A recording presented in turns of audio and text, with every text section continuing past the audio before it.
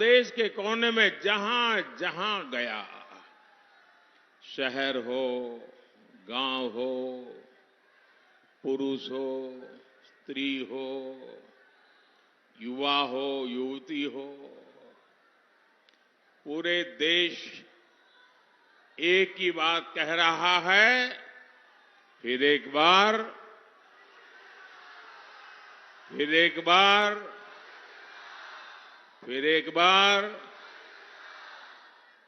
भाइयों और बहनों, आज दूसरे चरण का मतदान भी चल रहा है। ये लोकतंत्र का महापर्व है। मेरे सभी मतदाताओं से, विशेषकर युवा वोटर से अपील है कि ज्यादा से ज्यादा संख्या में वोट डालने के लिए जाएं। मैं जानता हूं गर्मी का समय है, लेकिन विपरीत परिस्थितियों में भी हमें देश के हित में, लोकतंत्र की मजबूती के लिए वोट देने का अपना कर्तव्य निभाना ही चाहिए। हमें एक कदम भी पीछे नहीं रहना चाहिए।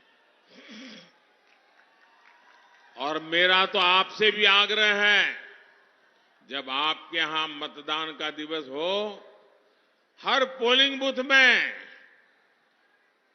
यात्रा निकाल करके 20-20, 25-25 लोग गीत गाते गाते, थाली बजाते बजाते, उत्सव मनाते मनाते पोलिंग स्टेशन पर वोट देने के लिए जाना चाहिए। पोलिंग बूथ पर उत्सव का वातावरण होना चाहिए। ये लोकतंत्र है। प्रचार में कितनी ही तू मैं चलती रहे, लेकिन मतदान का दिन पूरे इलाके का उत्सव का दिन होना चाहिए। साथियों, 2024 का ये चुनाव भारत को आर्थिक और सामरिक रूप से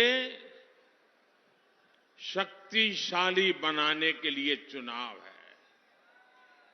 और इसमें बिहार के आप सभी मेरे जागरूक भाई बहनों की बहुत बड़ी भूमिका है। गुलामी के लंबे कालखंड से पहले जब बिहार समृद्ध था, तब भारत एक महाशक्ति था। आज जब भारत दुनिया की तीसरी सबसे बड़ी आर्थिक महाशक्ति बनने के लिए चल पड़ा है, तो बिहार की भी इसमें बहुत बड़ी भूमिका है। बिहार के लोगों की प्रतिभा,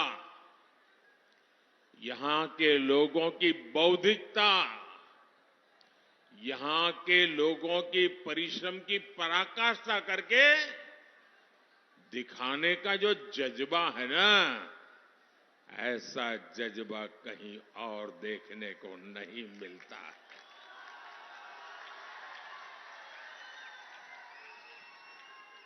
बिहार के इस सामर्थ्य को और बढ़ाने के लिए दिल्ली में आपका ये सेवक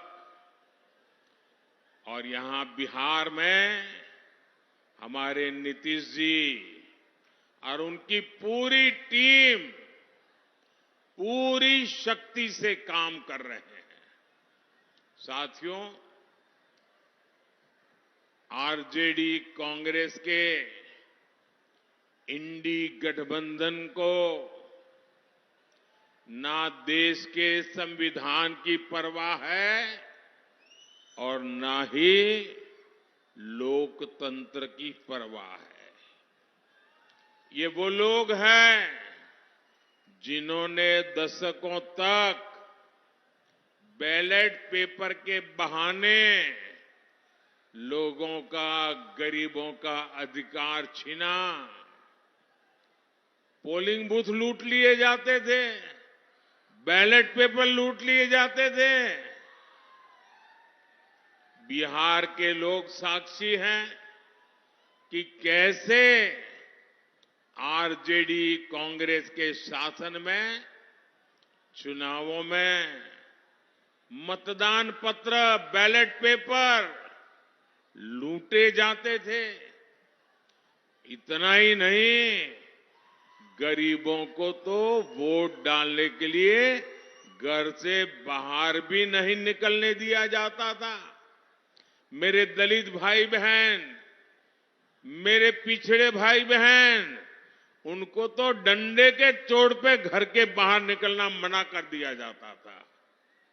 अब जब गरीबों को, देश के ईमानदार मतदाता को ईवीएम की ताकत मिली है, तो ये जो चुनाव के दिन लूट चलाते थे, वोट हड़प करने के खेल खेलते थे, इन लोगों से बर्दाश्त नहीं हो रहा था।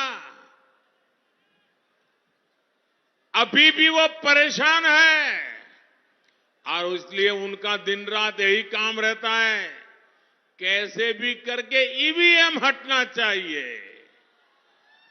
ये बटन दबाने वाला खेल बंद होना चाहिए। यही उनका खेल चल रहा है। इंडी गठबंधन के हर नेता ने ईवीएम को लेकर जनता के मन में संदेह पैदा करने का पाप किया है। लेकिन आज देश के लोकतंत्र की ताकत देखिए, बाबा साहब आंबेडकर के संविधान की ताकत देखिए।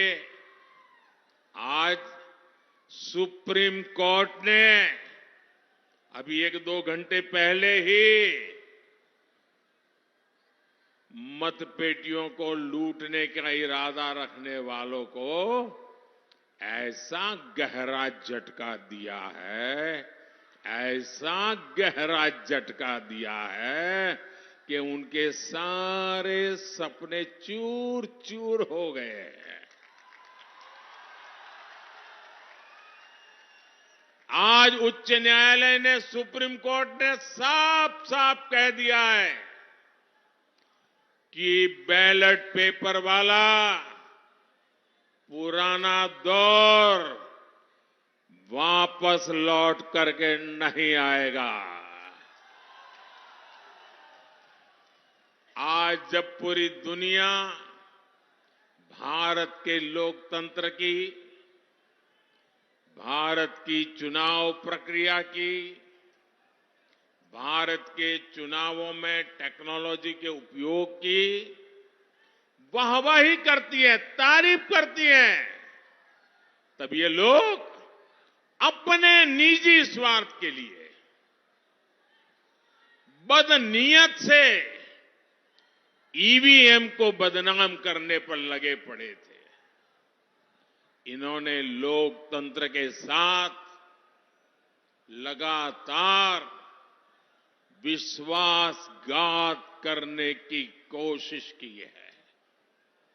लेकिन आज इन्हीं लोगों को देश की सर्वोच्च अदालत ने, सुप्रीम कोर्ट ने ऐसा करारा तमाचा मारा है, ऐसा करारा तमाचा मारा है, ये अब मुंह ऊंची करके देख नहीं पाएंगे जी।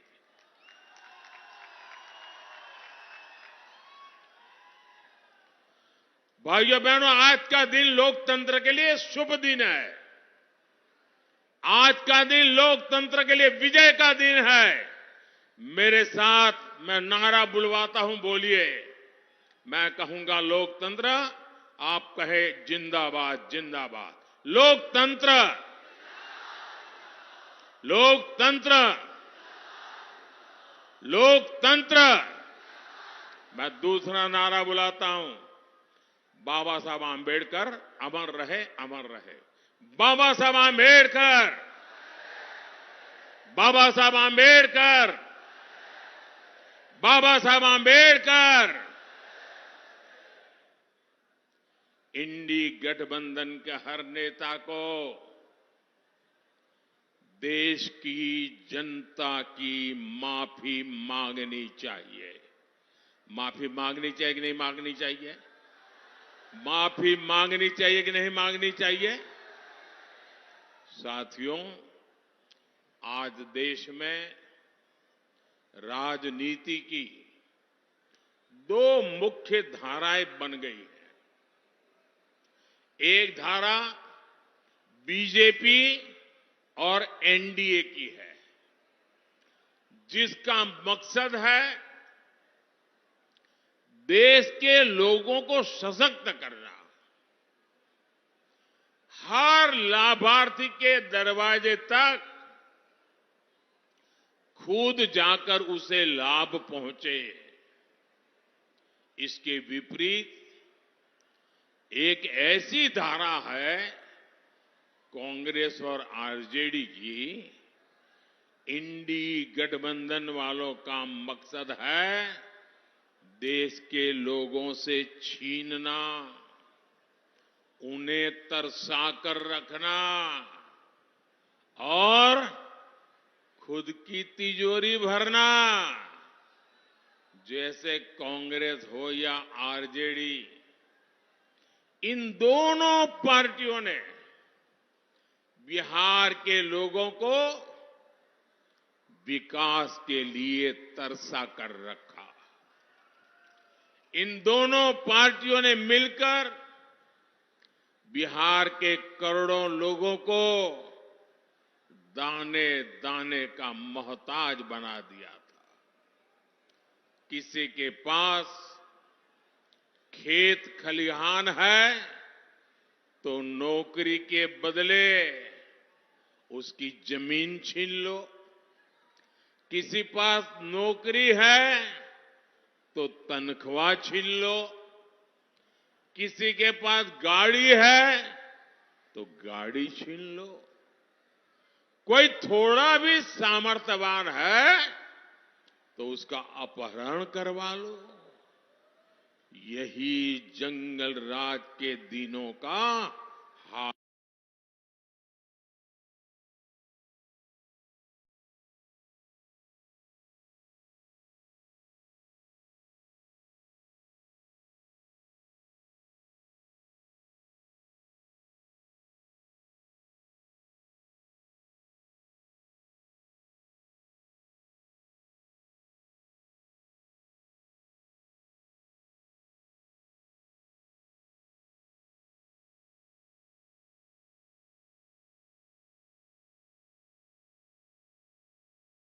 एनडीए की सरकार मिलकर प्रयास कर रही है कि हर लाभार्थी के दरवाजे पर पहुंचे, उन्हें अपनी योजनाओं से जोड़े। पिछले 10 साल में बिहार के लोगों को 50,000 करोड़ रुपए, ये आंकड़ा याद रखोगे? मेरे बिहार के लोग तो बहुत जागरूक है। मैं जो आंकड़ा बोल रहा हूं याद रखोगे? जरा आप जवाब दे तो मैं बोलूं। जो मैं आंकड़ा बोल रहा हूं याद रखोगे? जो आंकड़ा मैं कह रहा हूं याद रखोगे? 50,000 करोड़ रुपए से ज्यादा डायरेक्ट बेनिफिट ट्रांसफर के तहत सीधा दिल्ली से आप सब लोगों के खाते में भेजे गए हैं। 50,000 करोड़ रुपया। अररिया, और सुपौल के किसानों के बैंक खाते में पीएम किसान सम्मान निधि के 1,600 करोड़ रुपए जमा हुए हैं।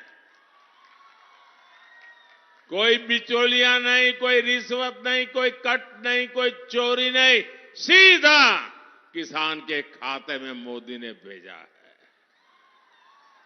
यहां अररिया और सुपौल दोनों जिलों में गरीबों को 3 लाख पक्के घर मिले हैं। 3 लाख पक्के घर। साथियों, बहनों बेटियों के जीवन को आसान बनाना ये एनडीए की प्राथमिकता है।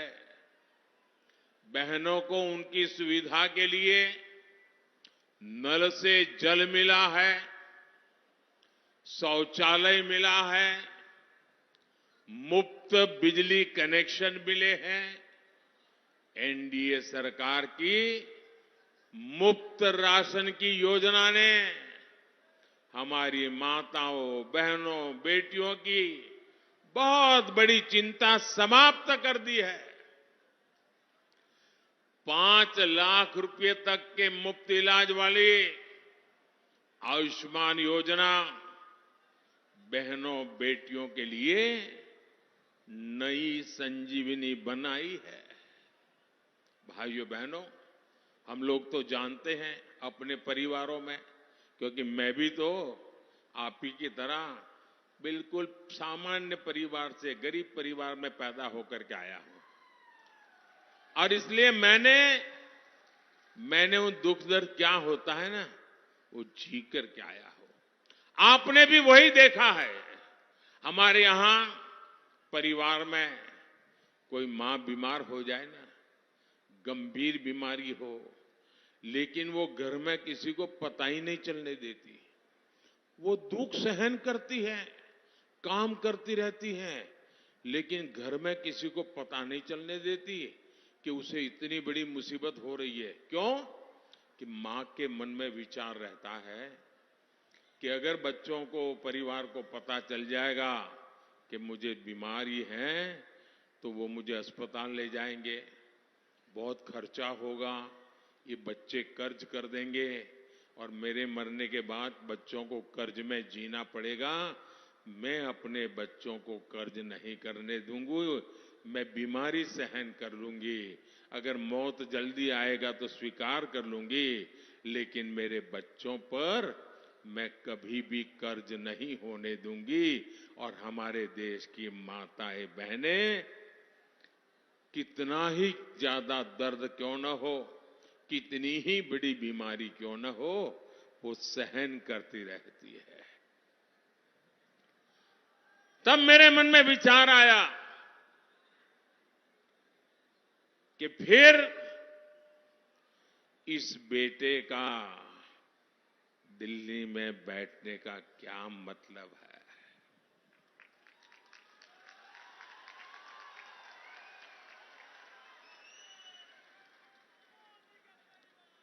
अगर गरीब का बेटा दिल्ली में बैठा है, आपका बेटा दिल्ली में बैठा है, तो हर मां मेरी मां है।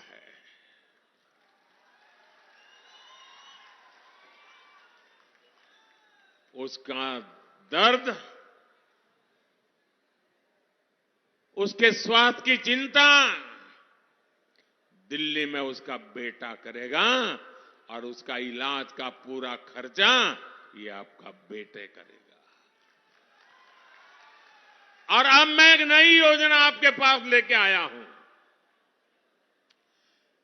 किसी भी जाति बिरादरी में पैदा हुआ हो, कुछ भी कमाता हो, शहर में रहता हो, गांव में रहता हो, अब हर परिवार में बुजुर्ग होते ही होते हैं। 70 साल की उम्र के माता पिता, दादा दादी, नाना नानी, चाचा चाची हमारे परिवार में होते ही हैं, और वो कमा धमा तो सकते नहीं है, और जब कमा धमा सकते नहीं और बीमारी तो आ ही जाती है इस उम्र में, और बीमारी आती है तो जो बच्चे कमाते हैं उन पर खर्च आ जाता है। अब बच्चों के लिए चिंता होती है कि मां बाप की बीमारी में पैसा खर्च करूं कि बच्चों की पढ़ाई में खर्चा करूं, और इसलिए जो 40, 50, 55 साल का बेटा जो मेहनत करके कमा रहा है उसको एक बोझ रहता है। अब आपका ये बोझ भी मोदी उठाएगा। 70 साल की ऊपर के आपके पर किसी भी परिवार में बुजुर्ग माता पिता है, अब उनका इलाज का खर्चा उनके संतानों को नहीं करना पड़ेगा, ये उनका बेटा करेगा। साथियों, कांग्रेस और आरजेडी आपका हक छीनने की प्रवृत्ति से बाज नहीं आ रहे। अब कांग्रेस ने दलितों, पिछड़ों, आदिवासियों के आरक्षण का हक छीनने की बहुत गहरी साजिश रची है, और ये मैं बहुत जिम्मेवारी पूर्वक कहता हूं। देश के संविधान ने, बाबा साहब आंबेडकर ने साफ साफ कहा है कि भारत में धर्म आधारित आरक्षण नहीं हो सकता। लेकिन कांग्रेस पूरे देश में धर्म आधारित आरक्षण के लिए जोर लगा रही है। कांग्रेस चाहती है कि उसका कर्नाटका का आरक्षण का जो मॉडल है वो पूरे देश में लागू हो। और ये कर्नाटका का आरक्षण का मॉडल क्या है, ये कर्नाटका का रिजर्वेशन का मॉडल क्या है, आप सब बिहार के मेरे भाइयों बहनों को मैं ध्यान से समझाना चाहता हूं, और जो लोग नहीं है ना उनको भी मेरा वीडियो जरूर भेज देना, पूरे बिहार के घर घर में पहुंचा देना।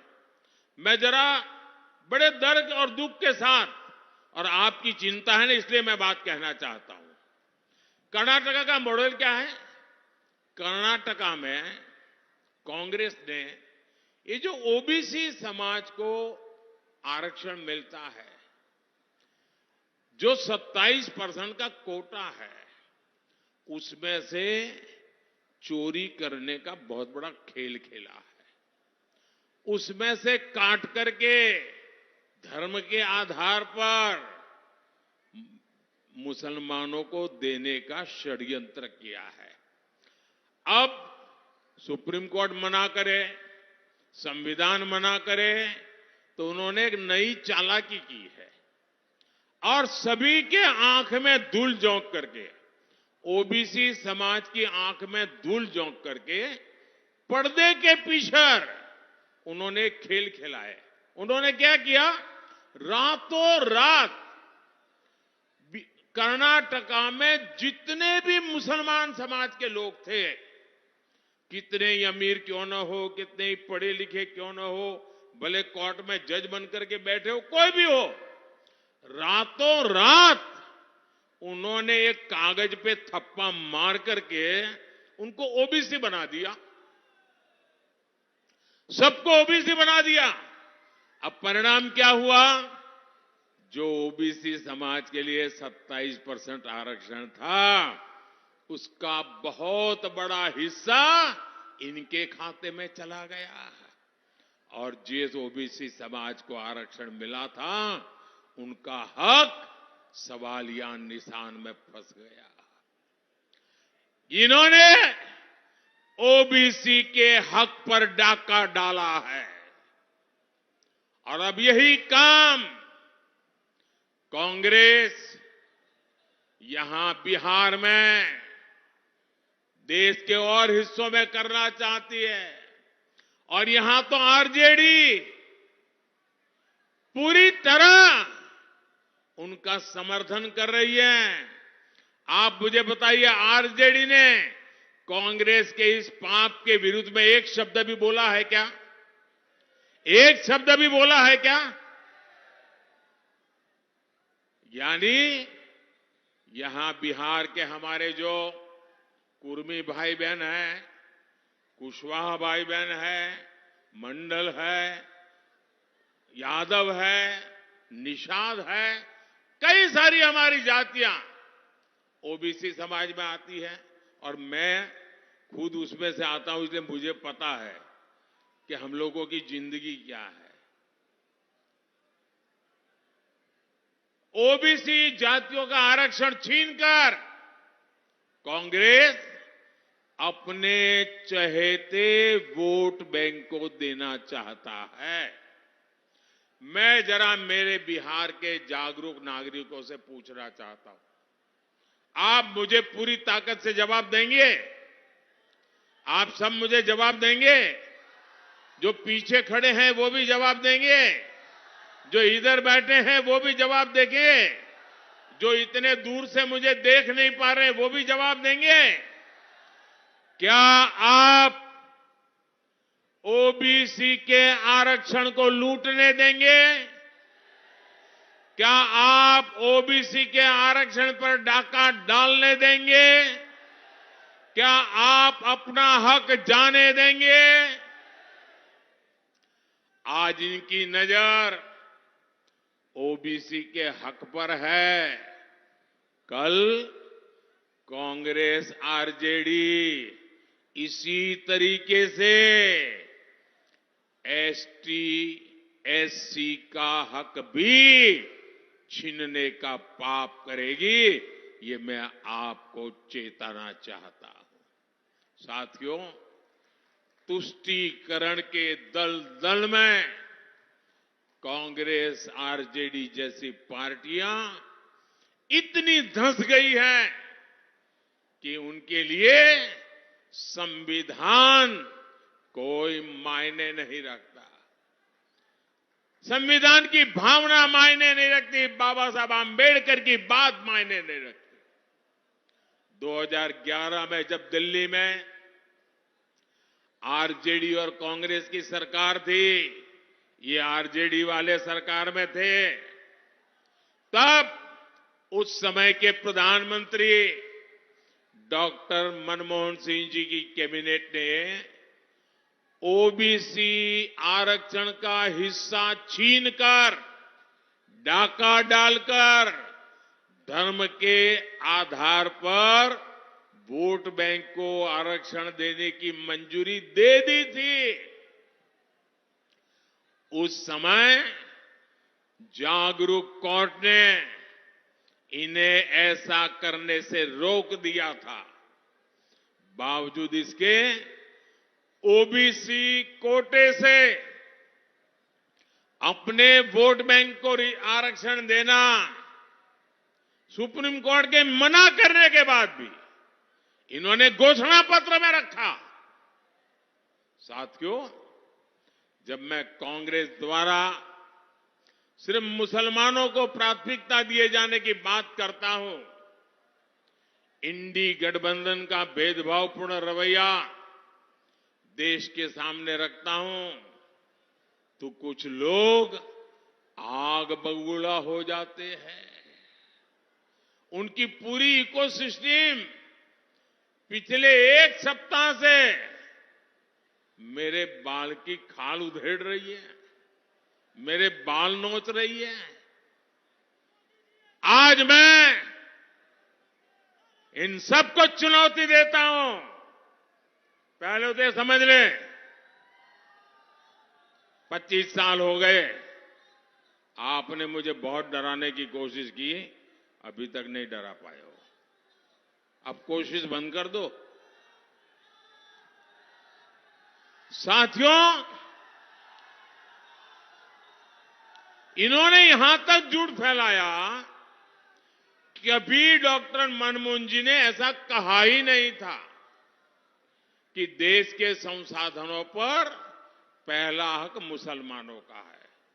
लेकिन साथियों, आज डॉक्टर मनमोहन सिंह जी का एक और पुराना वीडियो सामने आया है, जिसमें फिर से वो वही कह रहे हैं कि देश के संसाधनों पर पहला हक मुसलमानों का है। और ये वीडियो सामने आने के बाद कांग्रेस और उसका इकोसिस्टम जो आए दिन मोदी को गालियां देता था, आज उनको जैसे सांप सूंघ गया है, सांप सूंघ गया है। जो मीडिया पहले के बयान को गलत ठहरा रही थी, उसने भी चुप्पी साध ली है। और मैं दिल्ली में उन मीडिया के लोगों को रात देर जाकर के देखा था। मैं आज उनकी व्यक्तिगत रूप से आलोचना करना नहीं चाहता हूं और नहीं ऐसे लोगों के लिए कुछ कहना चाहता हूं, लेकिन मैं देख रहा था बिना सबूत, बिना जानकारी, बिना फैक्ट चेक किए एकदम से मोदी पर हमला बोलने के लिए नए नए शब्दों का श्रृंगार कर रहे थे। आज वीडियो सामने आ गया है। मेरा तो मीडिया से आग्रह है कि वो इस वीडियो, मनमोहन सिंह जी के वीडियो को देश को दिखाने की हिम्मत करें, जरा देश की जनता को जागरूक करें। नहीं करेंगे, ये इनका इकोसिस्टम है, देखना आप शाम तक गोलमोल करके डिब्बे में बंद कर देंगे।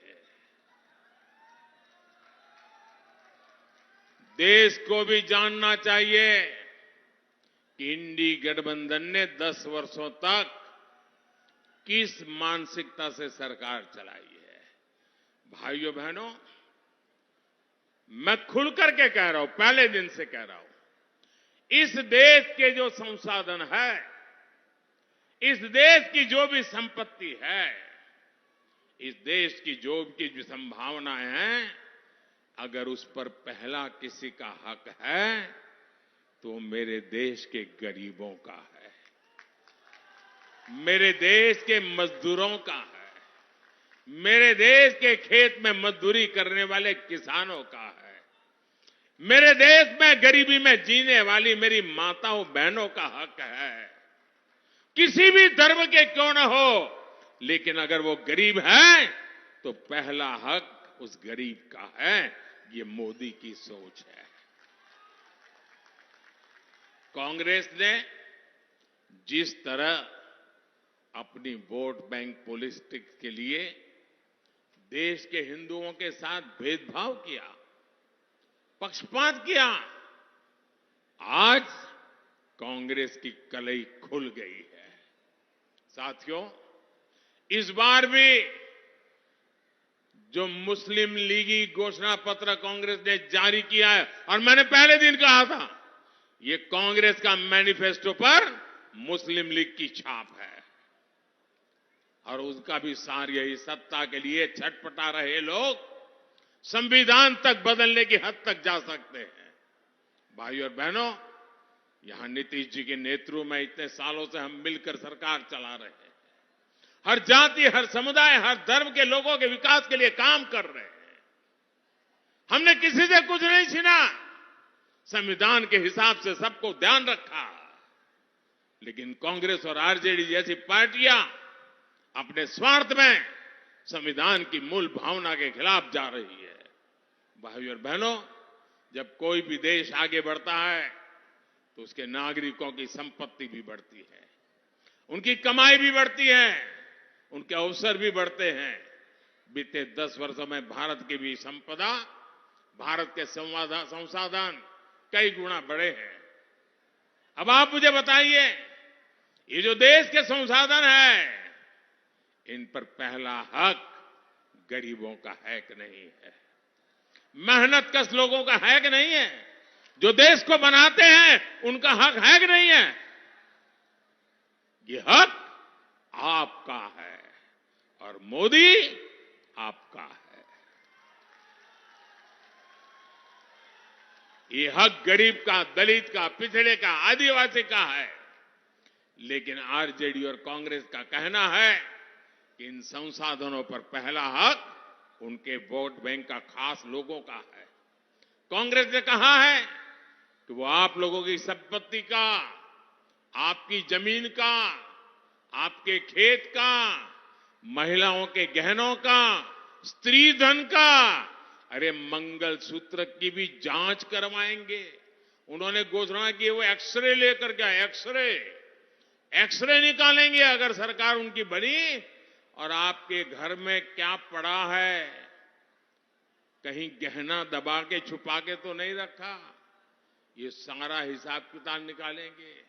और फिर आपके पास जो भी थोड़ी बहुत संपत्ति होगी वो छीन कर उसे अपने ये लोग वोट बैंक को दे देंगे। मुझे बताइए, आपके हक का, आपकी मेहनत की कोई भी चीज ये अगर छीनना चाहते हैं, ये खुली लूट होगी कि नहीं होगी? ये खुली लूट होगी कि नहीं होगी? साथियों, हमारे गांवों में सामान्य परिवार के पास कच्चा पक्का छोटा सा घर होता है, खेत खलियान होता है। कई बार खेत घर अपने पुरखों से, माता पिता से मिलते हैं और कई बार वो खुद भी खरीद लेता है। आप सोचते हैं कि आपके जाने के बाद ये आपकी संपत्ति आपके बच्चों के काम आएगी, लेकिन कांग्रेस ने एक नई योजना बनाई है कि आपकी संपत्ति को भी आप अपने बच्चों को पूरी पूरी नहीं दे पाएंगे।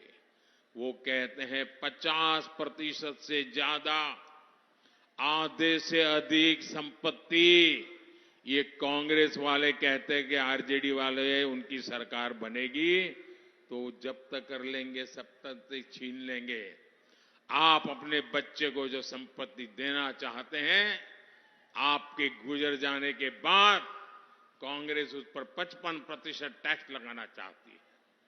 और इसलिए आज देश में एक नया नारा गांव गांव से सुनाई दे रहा है, हर गरीब के घर से सुनाई दे रहा है, और नारा कह रहा है, कांग्रेस की लूट, कांग्रेस की लूट, जिंदगी के साथ भी, जिंदगी के बाद भी। साथियों, एनडीए गठबंधन की सोच को एनडीए को दिया आपका वोट रोक सकता है। उनको रोकने की ताकत आपके वोट में है। आप मुझे आशीर्वाद दीजिए, मैं जी जान से लड़ूंगा, लेकिन उनके ऐसे मंसूबे पार नहीं हो रहा। साथियों, इस क्षेत्र में नए हाईवे हो, नई रेल हो, नई ट्रेन हो, ऐसे काम हो रहे हैं। पूर्णिया में इथेनॉल प्लांट से किसानों का कितना फायदा हो रहा है। ऐसा ही काम बिहार में नया निवेश लाएगा और निवेश से नौकरी मिलेगी। इसलिए 7 मई को कमल के फूल और तीर चुनाव चिन्ह पर हर बूथ पर भारी मतदान होना चाहिए।